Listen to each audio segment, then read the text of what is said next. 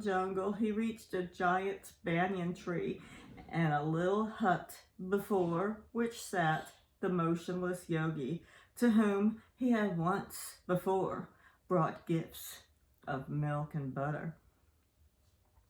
Dasa stood as though he had just been awakened from a long sleep. He found everything just as it had once been. Time had not moved here. There had been no conflict or murder here.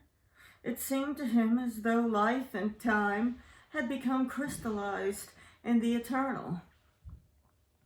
He looked at the old man, and all the admiration, love, and longing that he had once felt for him returned to his heart once more.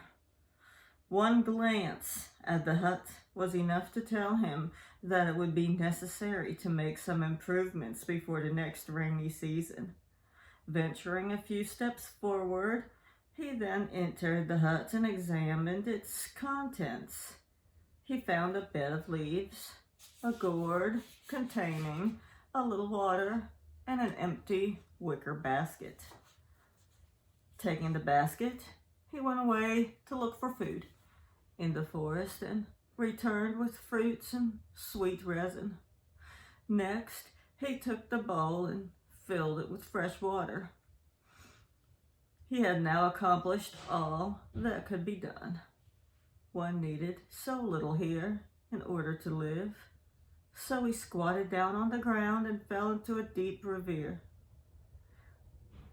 Content with the silence, content to be resting and dreaming in this forest, with himself and with the inner voice that had led him back to the spot where, as a youth, he had once felt happiness and joy, and which he had felt to be his home.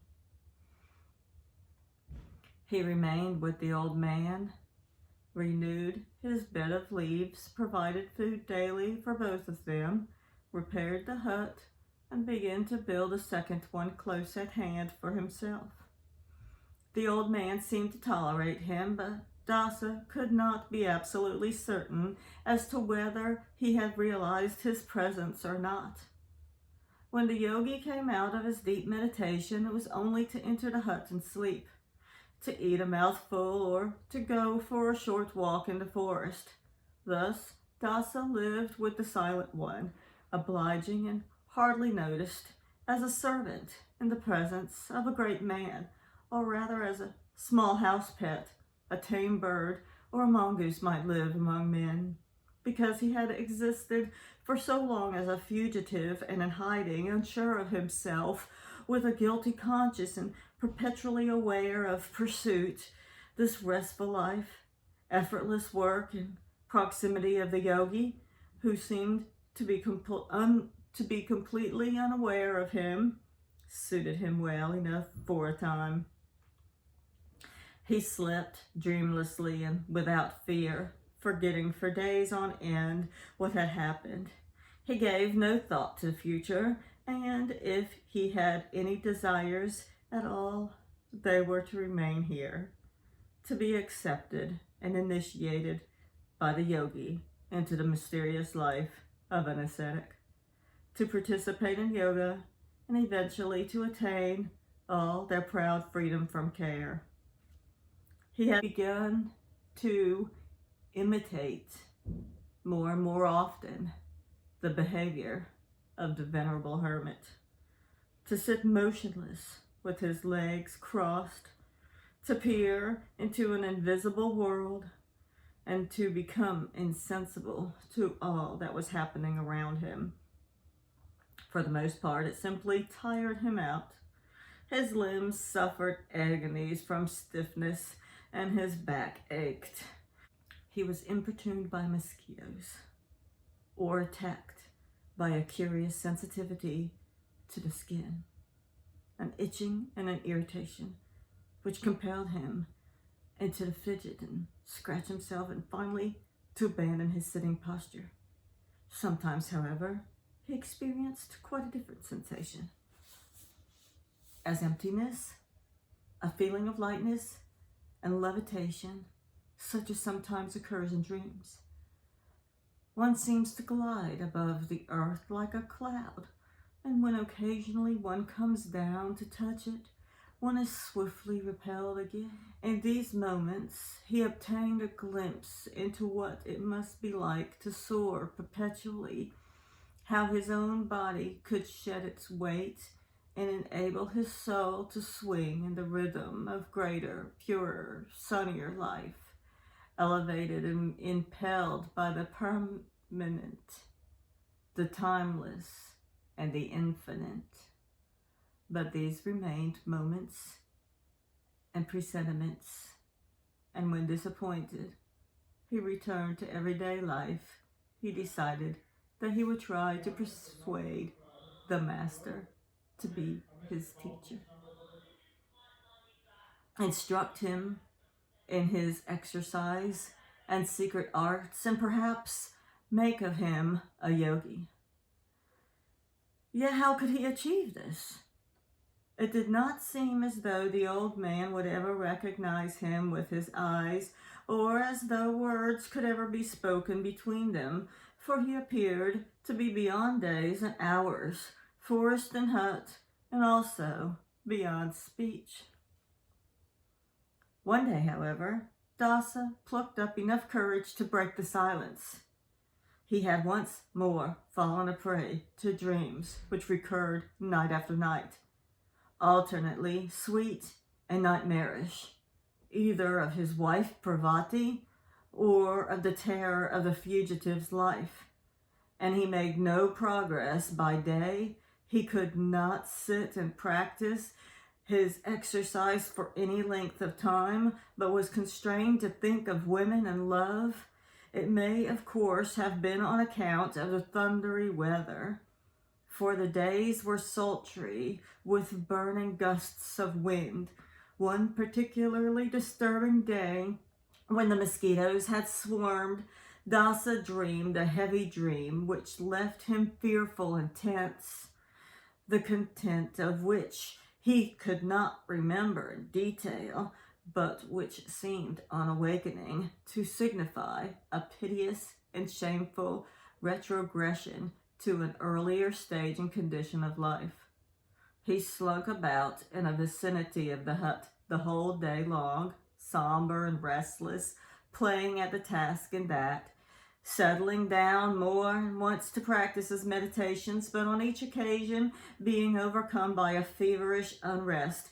His limbs trembled, the soles of his feet tickled, as though besieged by a swarm of ants, and his neck burned intolerably.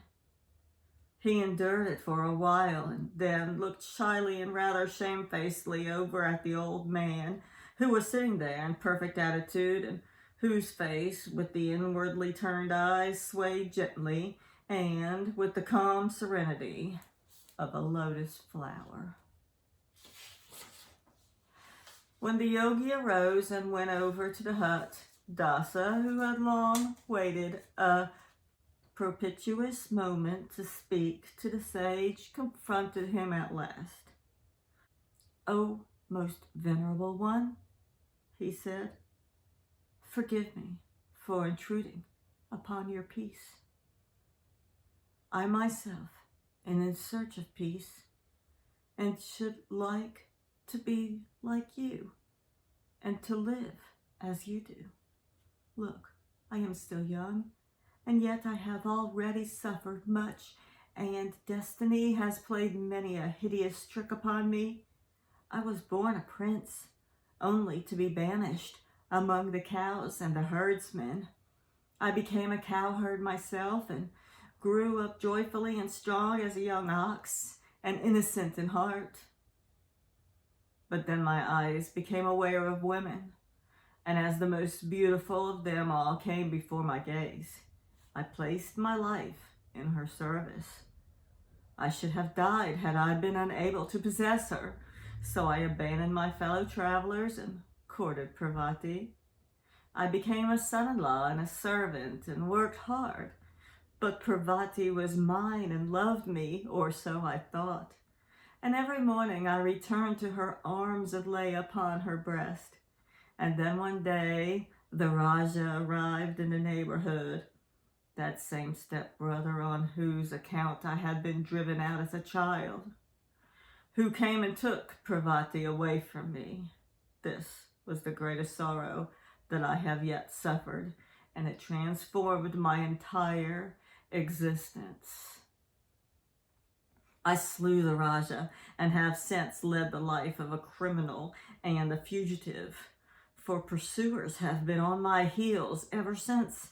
My life has not been safe for an hour until the moment I arrived here. I am a madman. Oh, venerable one, I am a murderer. And perhaps they will catch me and tear me limb from limb. I cannot endure this terrible life for a moment longer, and I would be free of it. The yogi had listened in silence to Dasa's outburst with downcast eyes. He now raised them slowly to the level of Dasa's face and gave him a piercing, almost unbearably direct and concentrated look as he watched Dasa's face and pondered upon his hasty tale.